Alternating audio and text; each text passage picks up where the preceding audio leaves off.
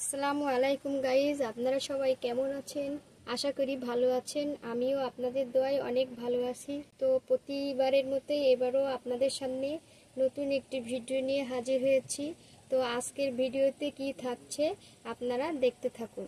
প্রথমে আমি একটি কড়াই চুলের উপরে বসিয়ে দিয়েছি। এবার কড়াইতে পরিমাণ মতো সয়াবিন তেল দিয়ে দিব।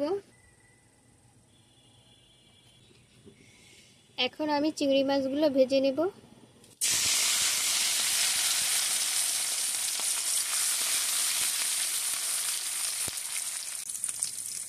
সামান্য পরিমাণে হলুদ দিয়ে দিব।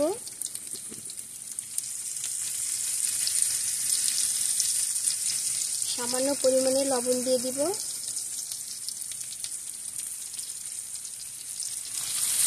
লবণ হলুদ ভালো করে মিশিয়ে চিংড়ি মাছগুলো লাল লাল করে ভেজে নেব।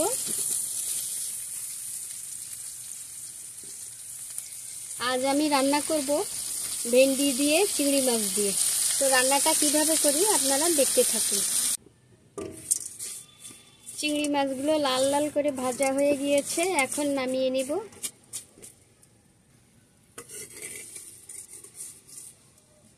এই তেলের সঙ্গে আরেকটু সয়াবিন তেল দিয়ে দিব।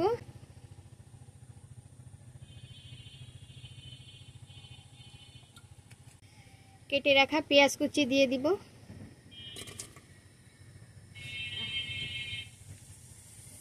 পেঁয়াজগুলো ভালো করে ভেজে নেব।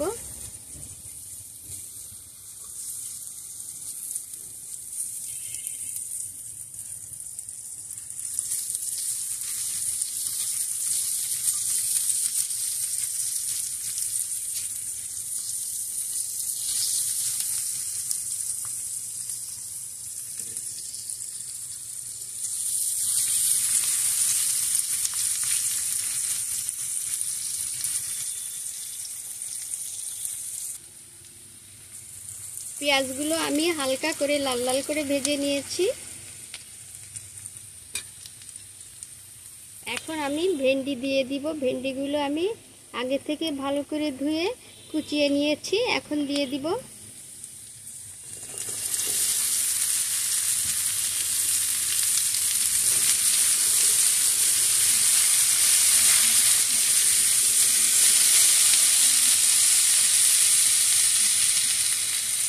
এর সঙ্গে দিয়ে দেব কাঁচামরিচ,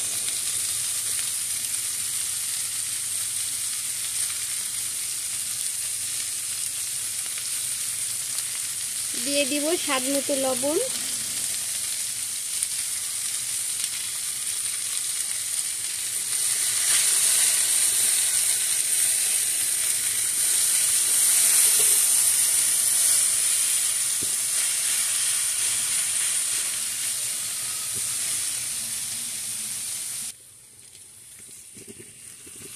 ভেন্ডিগুলো ভালো করে নেড়েচেড়ে ভেজে নেব।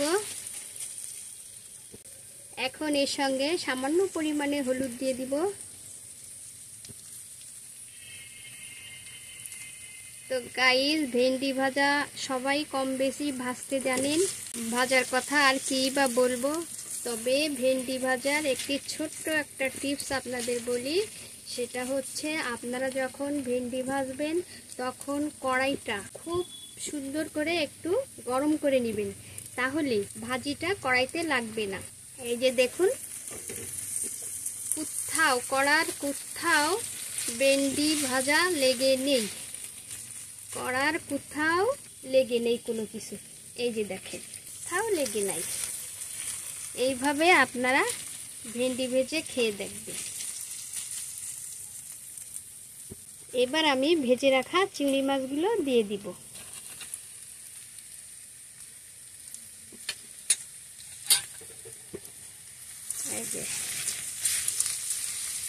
এই যে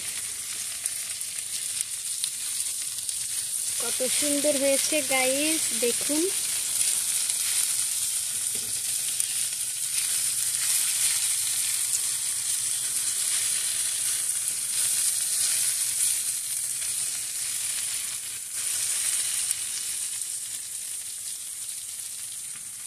গাইস, হয়ে গিয়েছে আমার চিংড়ি মাছ দিয়ে ভেন্ডি ভাজা। এখন নামিয়ে নিব।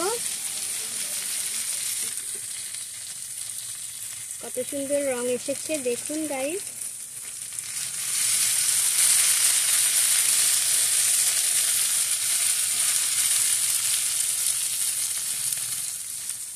তো গাইস হয়ে গিয়েছে আমার চিংড়ি মাছ দিয়ে ভেন্ডি ভাজা।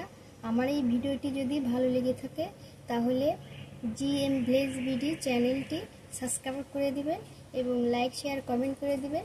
এখানেই শেষ করছি, ফিরে আসবো নতুন কোনো ভিডিও নিয়ে। সেই পর্যন্ত ভালো থাকুন, সুস্থ থাকুন, আল্লাহ হাফেজ।